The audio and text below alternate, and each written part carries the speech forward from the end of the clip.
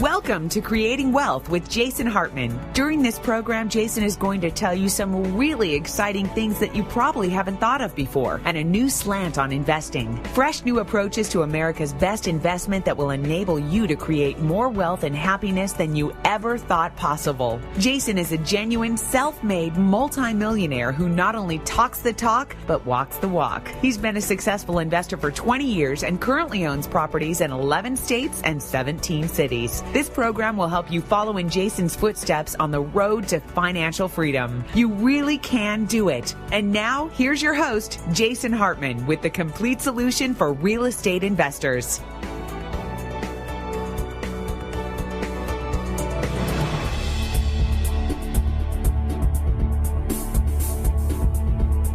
Hey, welcome to another edition of the Creating Wealth Show. This is Jason Hartman, where we talk about creating wealth through the most historically proven wealth creator, income properties. Yes, income properties in diverse markets, purchased correctly, at or below the cost of actual construction, can make you very, very wealthy. Make sure you check out a whole bunch of our new properties at jasonhartman.com/properties. We have a lot of new inventory in Dallas that you might find particularly interesting. That is a new relationship, a new vendor that we just brought on board who is doing some excellent rehab properties. I was out to visit them a couple of weeks ago, as I mentioned before, and I think you'll really like what they have. There's some good product there, and we will have them on the show very soon. I actually recorded an interview with them when I was in Dallas, and we will air that very soon. Today, we're going to interview Thomas Sowell, the author of Basic Economics and many other books. We're talking to him today mostly about his latest book, The Housing Boom and Bust. And Thomas Sowell is a consummate academic. I used to read him in Forbes magazine years ago and really always liked what he had to say. He was very reasonable and logical and interesting and did a great interview for us. Before we get to the interview, though, I want to mention that the Creating Wealth event on the day before my birthday,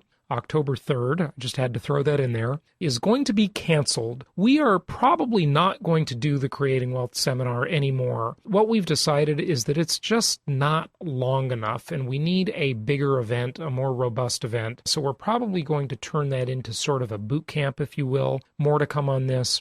But our big event, which is only twice a year, is coming up, and you must attend this one. It is the Masters Weekend, very special event where we have guest speakers flying in from all over the country on many different aspects of investing, asset protection, etc. Here's a little info about it right now. Good morning, everyone. There's never been a better chance to learn what you need to know to achieve financial independence, and it happens over the course of 2 powerhouse days, every spring and every fall, with a panel of 16 vibrant, intellectually motivated, and, I'll say it, slightly obsessed with real estate experts leading the way. There's a good chance you'll be sad to see it end. This is the Masters Weekend, a gathering of experts, where we fly in experts from all over the country. We have guests here today from as far away as North Carolina and Colorado, and then we have experts flying in from many states all over the USA. Probably the most interesting thing that I've learned so far is about the 1031 exchanges. I thought that was an excellent presentation, answered questions I didn't really even know I had. And yes, we are planning to invest with Platinum Properties, and probably in the Go Zone, but perhaps not exclusively. And we were greatly impressed today with the surroundings and the glamour and the style, but also the information. And Karam and Sarah and all the folks here at Platinum have helped us tremendously. So I think we're on the road to success. Don't wait to buy real estate, and then wait.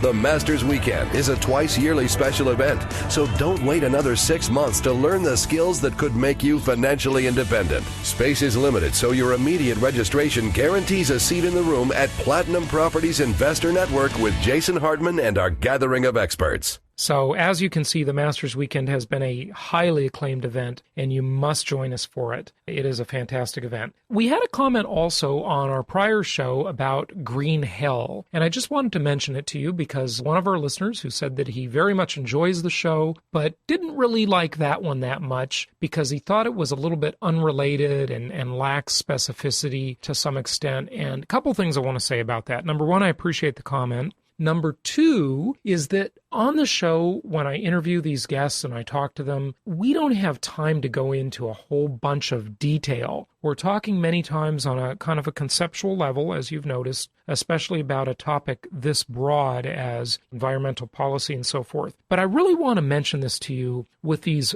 fires that we're having today in California. And as I was thinking about it today, I went to bed last night, and this huge fire that's burnt, I guess, about 42,000 acres, just in the time I was sleeping, doubled in size to where it's about 85,000 acres now. And that was when I woke up this morning. Hopefully they've gotten a little more under control now, but who knows? I haven't listened to the news all day. And part of the reason, and I'm not saying that's the reason for this fire, but many fires have occurred because of environmental policy, because of green hell.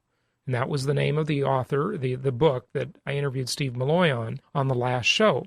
And the cost of these kind of radical environmental policies are in every aspect of our lives. They influence the price of gas that we pay at the pump. They influence these wildfires that are happening constantly in California and in other places around the nation and around the world. One of the reasons I remember years ago, one of the big fires we had where I had to evacuate my own house, at the time I lived in Irvine in an area called Turtle Rock, and had to evacuate. And part of the reason that fire occurred is because the environmental movement would not let people clear brush. And the reason they wouldn't let people clear brush, which is the fuel for these fires, is because it would disturb the habitat of some little rodent or some bug or something like that. And I'm not saying this is all bad, everybody. I'm taking a middle ground on it. But you must understand that most of the stuff we hear seems like this harmless, kind-hearted kind of thing. And it really is not always couched with the best agenda. One of the comments on my Facebook page after airing the show I thought was really applicable. It was Dave Toombs, our broker here at Platinum Properties Investor Network, made a comment, something to the effect of, in the dying days of the Soviet Union, when they were looking for a way to keep things under control, there was a movement within the Soviet Union, an environmental movement. And they were thinking that they could exert a lot of policy and a lot of control over people through the green movement. And another saying came out of that, saying that green trees have red roots. Okay, red meaning communism or socialism. So I just really encourage you to, whenever people talk about the environmental movement, to really think beyond what is on the surface. There's a lot more to it than that. It affects real estate, it affects your financial life, and it is related to creating wealth, okay? One of the things you're going to hear on this show is when Thomas Sowell and I discuss how people in wealthy neighborhoods, and that's true in my own neighborhood right here in Orange County, in Irvine and Newport Coast and these beautiful kind of upper end areas, they use environmentalism as a way to exclude people. They use it as a way to keep people out. You know, it's kind of like that concept of, we used to have these bumper stickers you'd see in California back in the 80s that said, "Welcome to California, now go home." And it's kind of like that old riddle that I say in my Creating Wealth seminar. What do you call a developer? Someone who wants to build a house in the woods, or someone who wants to build a house at the beach? What do you call an environmentalist?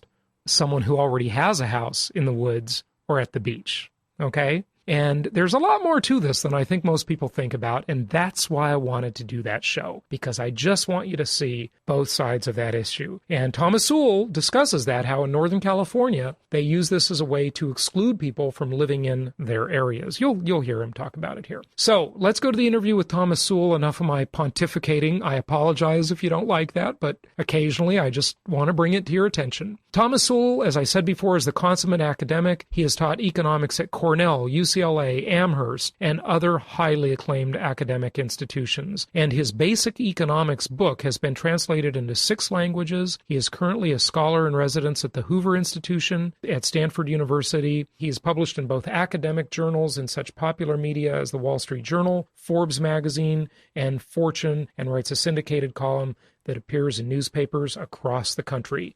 So here's the interview with Thomas Sowell.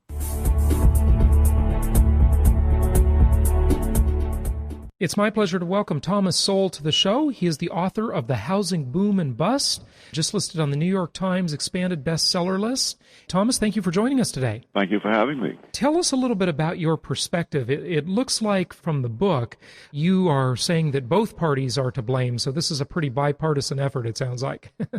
Yes, in fact, I've often said long before this crisis that things that are bipartisan are usually twice as bad as things that are partisan. Uh-huh. The Democrats did take the lead in this, but the Republicans contributed too much to it for them to try to blame Democrats alone. The fundamental problem with all of this is it's a very complicated story when you get into all the derivatives and Wall Street and this and that. But the fundamental problem is that the money that financed all the fancy Wall Street derivatives and so on all came from people, millions of people, paying their monthly mortgage bills. And when that monthly mortgage money started not coming in, when people started being delinquent and defaulting on their loans, then it really didn't matter what the clever people in Wall Street were doing. If the money wasn't coming in, it just wasn't coming in. So the real question is, why was there suddenly all of this delinquency and default in the mortgage market? And the answer to that is that banks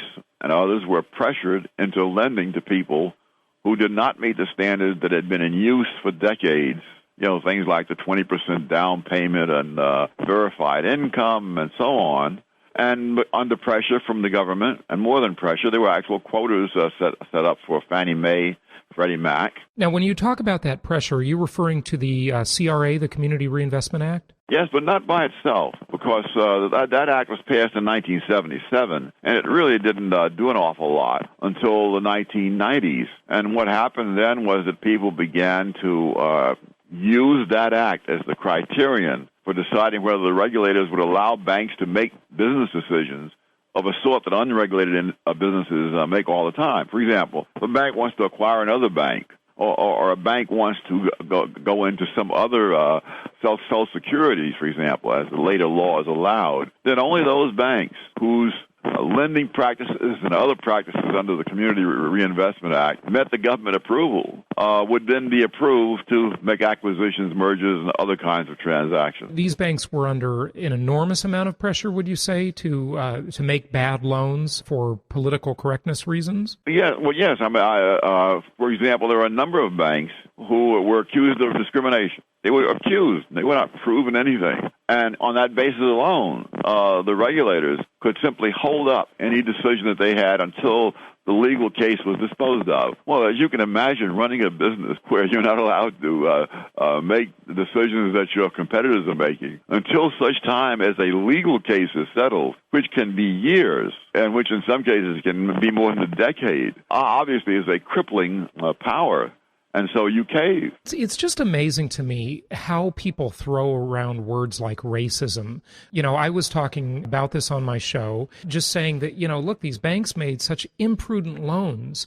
And someone sent me a question saying, you know, well, I don't want to think you're being racist by saying that certain people didn't deserve to own a home. And I'm thinking, like, that is the most ridiculous statement. Why would you even ask me such a question? The determination should be whether or not you can afford the property and whether or not you have good character in making payments in your past. I mean, yes. Well, of course, that's. It seems so obvious that you wonder why people don't see it, but many don't, and the media do very little to clarify the situation. Once the accusation is made, it's tantamount to conviction. Right. And many of the studies that have been done, I've looked at the studies in some detail, and if you were serious, you wouldn't convict somebody of jaywalking on the basis of this kind of evidence. Right. One of the problems that's not been mentioned at all, I think, is that there are interest rate ceilings. Now, the lower the interest rate ceiling, the higher the credit rating of the people that you're going to lend to. I mean, if you bring this interest rate ceiling down low enough, you will lend only to millionaires. And if you bring it below that, you'll lend only to billionaires. So the very fact that there's a ceiling means that there'll be a disparate impact on people of different income levels. And if you're talking about low-income minorities, that virtually guarantees that there will be differences in loan approval rates under those conditions.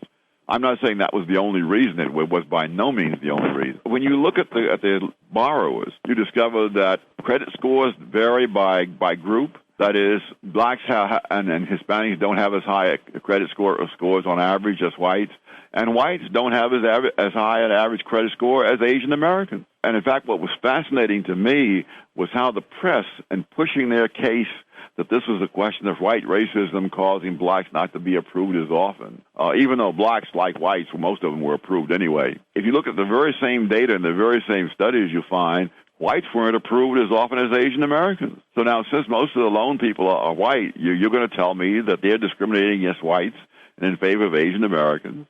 They're in the business of making money. And many of the very people who are forever talking about corporate greed don't seem to understand the implications of that.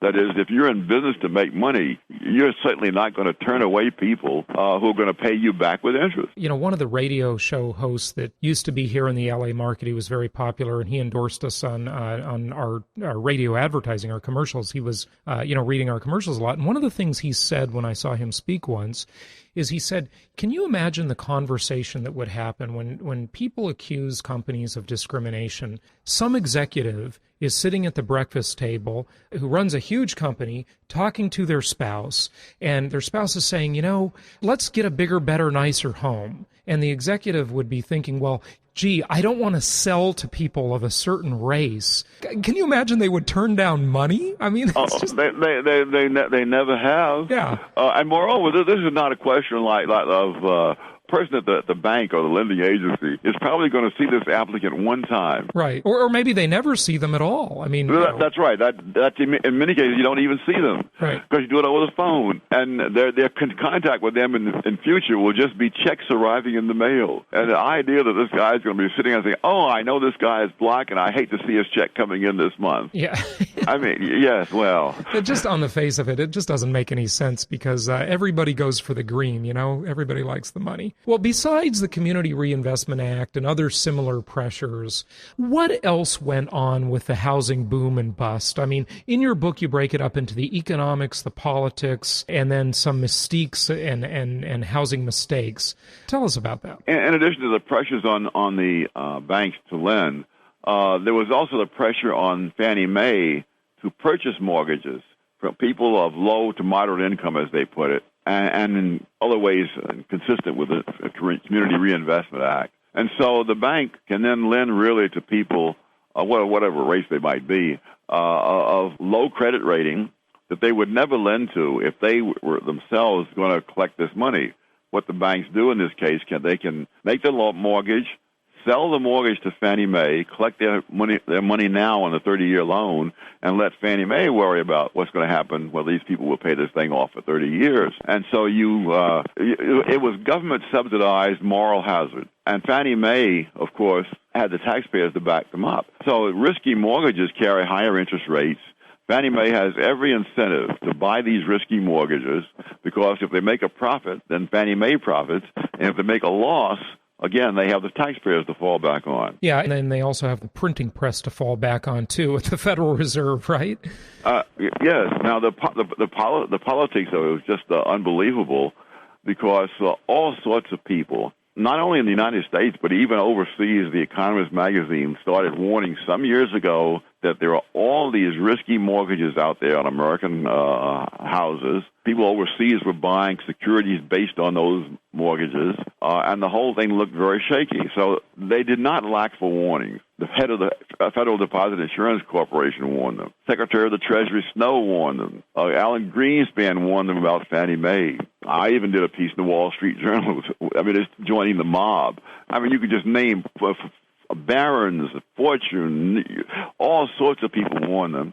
And the answer was always the same, that to the extent that you emphasize safety, and they poo-pooed the danger, to the extent that you emphasize safety, you're going to reduce the ability of the banking system to make housing affordable. There was just no telling them anything until the whole thing burst. Yeah, it was a big house of cards and moral hazard. And this is the problem, Thomas, when government gets involved. It becomes a special interest nightmare. If the government just stays out of the way, all of these special interests and all of these people that have their own agendas that are contrary to really the public good in most cases, at least on the long-term public good, sometimes on the temporary, They slap a Band-Aid on problems, but they never really seem to cure them. They create dependency, they create animosity, they create class hatred. It seems to me like when you're talking about this issue, we started off on of CRA and race and underserved populations and things. It seems to me that if the government really wanted to be neutral, they'd stop counting and stop asking. I've sort of always wondered why they even ask what race I am on the census form and on a loan application. I know on the loan application you don't have to answer it, but why do they even count this stuff? Because there's political mileage in it. Yeah. One of the other aspects of government, and here in this case would be state and local government, there was a very false premise, quite aside from the racial aspect. There was a fundamentally false premise behind this whole drive for creating more affordable housing. And that was that there was a national problem of unaffordable housing. It's just clear beyond words. I cite all the sources and so forth in the book, The Housing Boom and Bust. But there was not a national problem of housing becoming unaffordable. What there were particular areas of the country, coastal California being the classic example, where housing was indeed enormously expensive. Average house in California sold for some multiple of the national average. I happen to live in one of the areas where at one time the San Mateo County, the average cost of a house during the boom reached over $1 million, and the average size of the house was less than 2,000 square feet. So That's we're not crazy. talking mansions. Yeah, no, these are $500 a square foot. I mean, it got worse than that. High rises in Miami and Las Vegas at the peak were $1,000 a square foot. I mean, at least some people bought them. It was just crazy. It was so out of sync. And one of the things I always say to people is that in a country as large and diverse as the United States of America, there is no such thing as a national housing market. Yeah. There are about 400 distinct markets, and they really are quite different, aren't they? They are, and the places where housing was very expensive, for example, in California, there was many places where the average person taking out a new mortgage would pay one half the family income just to put a roof over their head. Now, but those were very few places, and you can see that when this is where the housing prices shot through the roof. This is where the housing profits fell down through the basement after the bust. I saw a statistic recently, something like I think it's 5 states where over 60% or about 60% of all the defaults occurred in 5 states. Mm-hmm. And I think if you looked at it more closely, you'd see that they occurred in particular areas within those 5 states. Mm-hmm. Even in California, there are some places further inland where housing prices are not astronomical. The government was determined that there was a national problem, and therefore they created this national program, which then created a very real problem that we're still living with. So when you say they created the national program, to what are you referring? Fannie Mae? I'm referring to the affordable housing schemes. The fact that banks were under pressure, so they had to submit those statistics that you mentioned about race, income, and all that kind of stuff, mm-hmm. in order to get permission to do the ordinary things that businesses do. Because right. They're a regulated industry. Yeah. You know, Thomas, it just seems to me like the whole concept of Fannie Mae or Freddie Mac is acting contrary to its supposed goal. Because if you think about it, it's the whole concept. I mean, it's right in Fannie Mae's mission statement. Their goal is to promote housing and home ownership.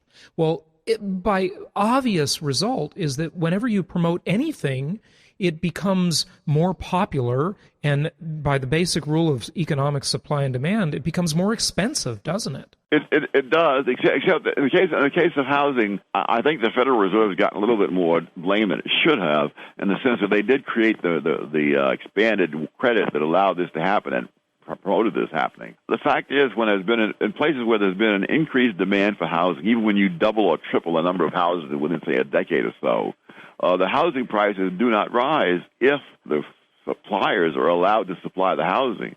The key to the California situation is you have all these open space laws, historical preservation laws, farmland preservation laws, and they're not allowed to expand the housing. And so, therefore, the most modest increase in demand for housing will shoot the prices up through the roof. Right, and that's the old concept of that riddle. You know, what do you call a developer? Someone who wants to build a house in the woods or at the beach. What do you call a environmentalist? someone who already has a house in the woods or at the beach, right? Oh, it really does send my blood pressure through the roof because the prices are just out of all proportion. There's no reason why any family should have to pay half of their income just to have a house. If you look at the places in the country where the politicians have not intervened in the market, places like Dallas and Houston, those are the places where the housing is most affordable. In fact, there have been international studies showing the same thing, that you look at the most expensive housing markets around the world. In almost every case, it was because there are severe limitations on building. And when you cut back on the supply, fall in demand, then you're going to have prices shooting up. So a couple great examples of that. First of all, I'm here in Orange County, California, which is completely overpriced, and it's a very unhealthy market. We have something here called the Coastal Commission. Oh, yeah. The Coastal Commission is like the Gestapo. You cannot build anything on this coastline. It is, if you can see it from the ocean, if you're on a boat on the ocean, and you want to build it, it is very, very difficult. And it really bugs the heck out of me because here I pay for this enormous cost to live in this supposedly beautiful place, which, it's beautiful in many ways, but there's no good restaurants on the ocean. We've got this gorgeous ocean out here, and you go down to Mexico, and there's all kinds of beautiful dining on the ocean. But here in Orange County, there's about 3 places where you can dine on the ocean. I want to sit there and have a beer and a dinner and overlook the sea and the sunset. And you just can't do it. It's ridiculous. I twice have gone to actual meetings of planning commissions, and I just wish that I had been able to tape it because it is like Alice in Wonderland. I mean, you find people there, members of the commission, saying things to the developer like, well, this landscaping could be nicer. Of course it could be nicer. And after he's made it nicer, it could be nicer than that still. It's just that he's trying to build what people are willing to pay for. And, it's easy to sit on the planning commission and want all kinds of things. I must say I got so upset I almost walked out to the back of the auditorium. And I said, no, I'm doing this for my research. I need to sit down and just suffer through it. And I did. But I certainly wish that this stuff had been taped. You are so right about that. The hypocrisy is amazing. You've got all these armchair bureaucrats that dictate things under the guise of let's preserve the beauty of the land and so forth. And certainly there's something to be said for planning and prudent things here. Obviously, there's a place for that. I'm sure you would agree too. But you look at a place like Aspen, Colorado, right? Under the guise of preserving the environment, housing has become so expensive. All of the service people that work in the restaurants, that clean the homes of these zillionaires who already have their home there, they have to live down the valley and commute in. I mean, and they talk about the environment. How good is all that road traffic for the environment? We have exactly the same problem here in Palo Alto, we're right near Stanford University, as you know. Only 7% of the Palo Alto policemen live in Palo Alto. Yeah.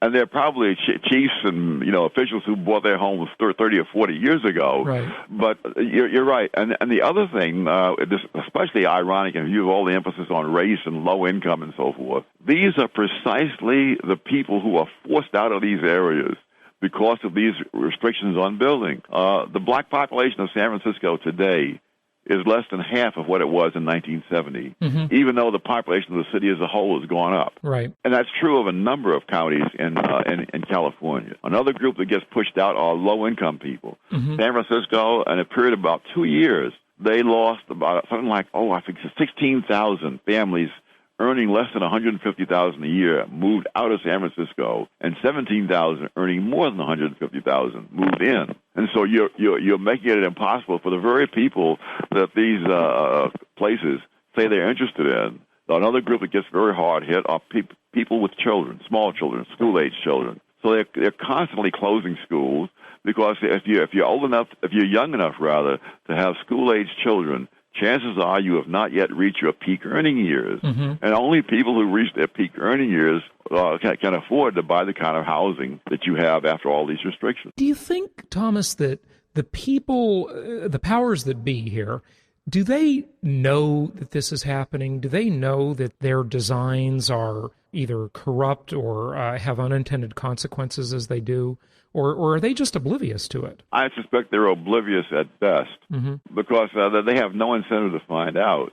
The utter hypocrisy in all this is that the environmentalists who push this stuff are constantly talking as if they're trying to save the last few patches of greenery from being paved over. In point of fact, over 90% of the land area of the United States of America is undeveloped. So that all the histrionics they go through is an utter farce. San Mateo County, for example, over half the land in the entire county has nothing built on it. And yet they're constantly saying, we need more open space. And what they really mean is they want a cordon sanitaire around these affluent communities so that only other affluent people can move into them. Exactly. It's called preserving the character of the community. And it's a farce in the housing market because housing turns over. Areas that used to be for the rich are now working-class neighborhoods. Harlem, for example, was once a middle-class Jewish neighborhood. It became a working-class black neighborhood. Many places the opposite occurs. Places that were once run down have now been gentrified. It happens with commercial properties. The original walled-off Astoria Hotel was torn down so that the Empire State Building could be built on that site. I mean, housing turns over. What happens is that affluent people who like the way things are now use the law to freeze that and deprive other people of the rights that they themselves exercised earlier. You know what? You could not possibly be making more sense when you say that. That is so true. It reminds me of the bumper stickers you used to see in California. Welcome to California, now go home. Yes. When the state was getting inundated with so much immigration. And I live in an area right here in Orange County where there's a state beach, Crystal Cove State Beach, and it is completely undeveloped. And there are all these people who want to save Crystal Cove State Beach and make sure nobody can ever build there. And the fact is, nobody ever goes there. It's just weeds. And if you do go down there, it's beautiful. There's sand and, waves crashing and rock formations and stuff. And it's very nice. But it would seem to me that all of these so-called inclusive, tolerant, fair-minded, environmental, liberal type people would want to let that land be at least somewhat, and I'm saying prudently, I'm not saying let it run amok, let it be prudently and smartly developed so more people could have access to it. Rather than the way it is now, because there is less supply, you have multi-zillion-dollar homes on either end of Crystal Cove. And because they don't let any more supply be created, they just wall off the community, just like you said. So it is theirs, and they keep other people out under the guise of what is best for the environment. They don't want to face that. Some years ago, my wife, who did a local column, wrote about how you can't be keeping everything off limits to building without, and at the same time think that you're helping the poor, or for that matter, in Palo Alto, even the middle class can't live there. I mean, the prices have gone up so high. Yeah, it really is just another example of restraint of trade, and it's sort of a trust in a way, isn't it? It's an antitrust violation. Oh, absolutely. But there are certain kinds of antitrust violations that the government is not interested in dealing with. Yeah, that's true. Well, what is your prediction of what does the future look like, and what is a strategy for our listeners? Oh heavens, I avoid giving personal financial advice and making predictions, but the general trend seems to me to be a sort of a replay of the New Deal. That is, these enormous sums of money that are being spent really don't show much promise of getting us out of the recession quickly. And I don't believe that's their purpose. I think, as with the New Deal, and Rahm Emanuel, the president's chief of staff, put it very clearly, you don't want to let a crisis go to waste, meaning that while people are panicked in a crisis, the federal government can do things they couldn't get away with politically otherwise. Yeah, that's the old concept of the false flag. I mean, even if the crisis is legitimate, which this is on various levels, but sometimes the crisis is created so they can then go in and implement all their new policies. And I mean, that statement of Rahm Emanuel right at the beginning of the Obama administration was very scary to me. It was, but the media typically didn't say much about it. I think the tip-off was this huge spending bill that was rushed through in 2 days. 1,000 pages, and no one could have read it. You talking about the Paulson one or the Obama one? No, the one during the Obama administration. I mean, 2 days, and then it's sat on the president's desk for 3 days while he was off on holiday. So the question becomes, why is it necessary to rush such a bill through, particularly since everyone agrees that the actual money will not even be spent by the end of next year? Mm-hmm. And the answer is you have to rush it through, not in order to get out of the recession, but to get the government more power before people have a time to think about it, have hearings, and any opposition to develop for it. Right. And so they accomplished their purpose. Similarly with the General Motors thing, someone asked, if General Motors is going to go bankrupt, why does the federal government need to pour tens of billions of dollars into General Motors, and then they still go bankrupt? Why not let them go bankrupt without the tens of billions of dollars? And the question is, well, the tens of billions of dollars do not buy success for General Motors or for the economy. What that buys is the power of the federal government to tell General Motors what to do, as exemplified by the president's getting the head of General Motors fired. Sure. And now, at the end of this, the government will own 60% of the company. Moreover, the government will also subsidize General Motors in other less visible ways, such as buying these kinds of cars that they're going to tell General Motors to build, if nobody else buys them, which is a very likely thing that they will not be publicly popular. Yeah, we are really on a socialist track, aren't we? In the good old U.S. of A. We're on a fascist track, and the socialists want government ownership of the means of production. The fascists would allow the owners to stay owners, but the politicians would dictate to them, and that's much better politically for them in the sense that when something goes wrong at General Motors now, Obama can say, well, the General Motors didn't have good management practices. And so you can kibitz from the sidelines, force them to do things, but when they don't work out, then you can dump the blame on the owners. Yeah, that's a good idea. Rather than it's still a centrally planned economy, but there's like one step removed with fascism, because then you have the corporatocracy indirectly, or directly, but they're just a puppet of the government, right? Right. Yeah. Very interesting. Well, so what is coming up? You don't give predictions, but give me some broad thoughts that you have. We won't hold you to it, but do you think inflation is coming? Oh, I would bet the rent money on it. Mm-hmm. I mean, I don't know when governments have run these levels. Well, our government has never run these levels of deficits except in wartime, and you can't just keep doing that without inflation. I mean, you're conjuring up money out of thin air one way or another. And somewhere down the road, somebody's going to pay for it. And who's going to pay for it will be posterity. And as far as the politicians are concerned, that's fine, because posterity doesn't vote. Right. It seems like we're going to have a big attack on our assets. And inflation is such an efficient means of wealth redistribution, because it takes anybody who is holding assets, their assets become devalued in real dollar value. So if they have equity in real estate, if they have stocks, bonds, mutual funds, and on the other side of it, all of those who owe money, the debtors, they benefit because their debt becomes cheaper to repay, doesn't it? It does, but I think there's the real redistribution is from the private sector to the government. President Obama has said that there's not going to be any tax increase except for the rich, however that's defined. But inflation is the broadest base tax of all.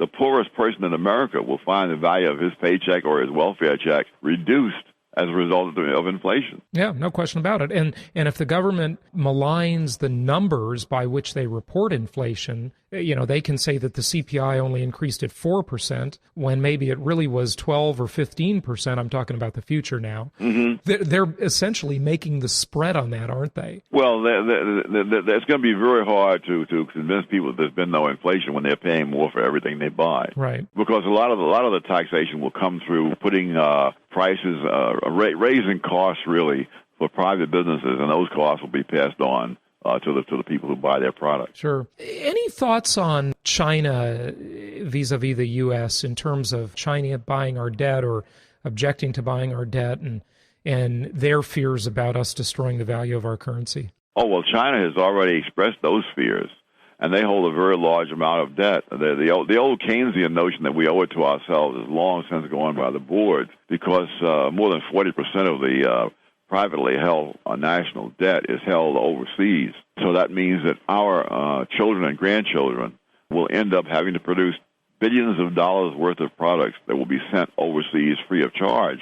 as repayment for this debt that this generation is running up. It's one of the most irresponsible things imaginable. You run up huge deficits during, say, something like World War II, because you don't want to bequeath to posterity a Nazi government. But the posterity is gaining nothing out of this stuff. Who's gaining is the existing administration, which gains tremendous amounts of power and tremendous amounts of good publicity by handing out goodies to all sorts of groups, many of whom have nothing to do with the general health of the economy. And then this will be left to be paid for by other people who have no vote right now. Yeah, that's so unfair, isn't it? It is. You look at the state of California, and I mean, I am so grateful that the smart people finally voted a couple of weeks ago, and they didn't go for any of these stupid tax increases. But this state is so broke. I mean, decades and decades of irresponsible, dependency-creating spending. Yes. Are we looking at a federal bailout pretty soon? Is Obama going to be running California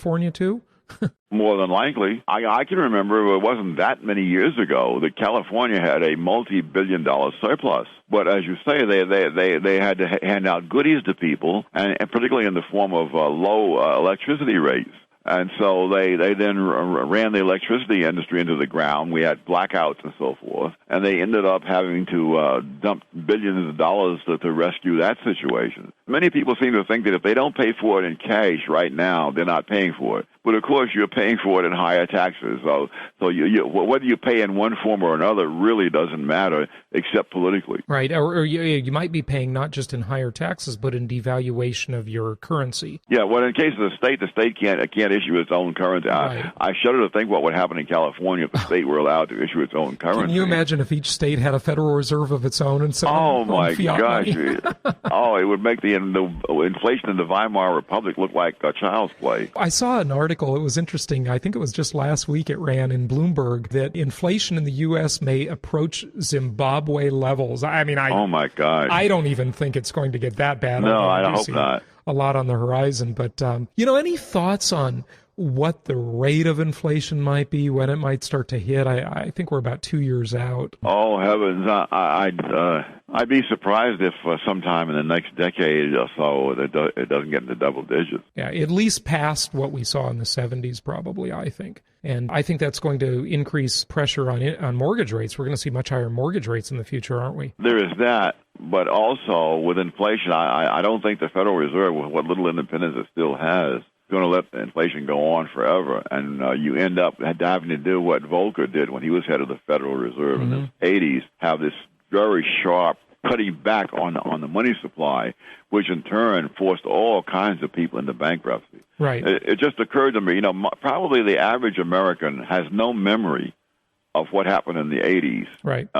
And fighting inflation, because half of them probably weren't born. Volcker now, historically, looks kind of good, in my opinion. I mean, he's the guy who broke the back of inflation. He made the country take the tough medicine. But, I'm sure if you were one of those that had to file bankruptcy because of his policies, you weren't very happy. Well, he was one of the most hated men in America. And even though Ronald Reagan had been elected, was a very popular president at first, when he supported what Volcker was doing, Reagan's popularity dropped like a rock. But I greatly respect Volcker. I think Federal Reserve chairmen should not try to be popular. I think it was McChesney Martin who said, my job is to go to the party, and just when people are starting to enjoy the punch, enjoy the spiked drinks, take the punch bowl away. That's exactly what a Federal Reserve is supposed to do. You're right. Yeah. So it's odd to me that Volcker is advising Obama, because that's odd to me too. They would seem completely contrary, in my opinion. Obama needs loose money to pay for all of his social programs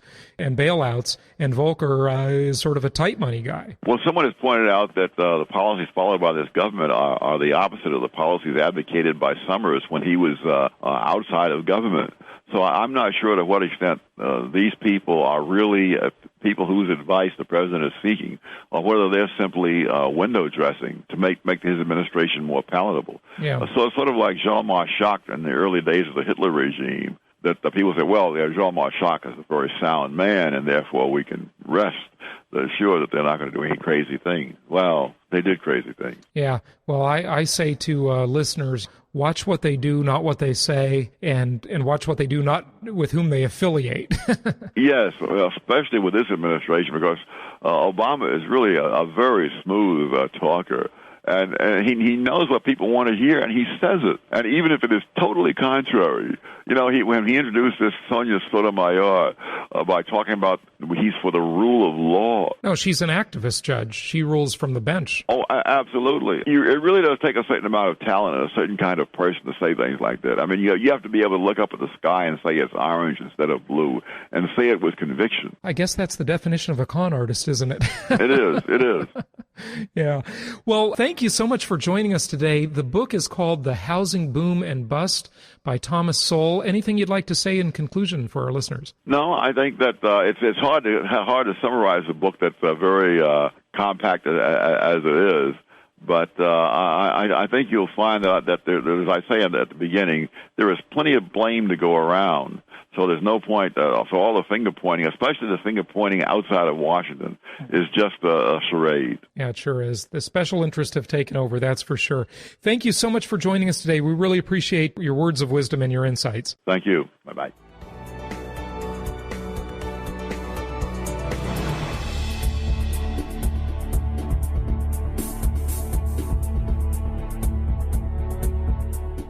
This show is produced by the Hartman Media Company, all rights reserved. For distribution or publication rights and media interviews, please visit www.hartmanmedia.com or email media@hartmanmedia.com. Nothing on this show should be considered specific personal or professional advice. Please consult an appropriate tax, legal, real estate, or business professional for individualized advice. Opinions of guests are their own, and the host is acting on behalf of Platinum Properties Investor Network, Inc. exclusively.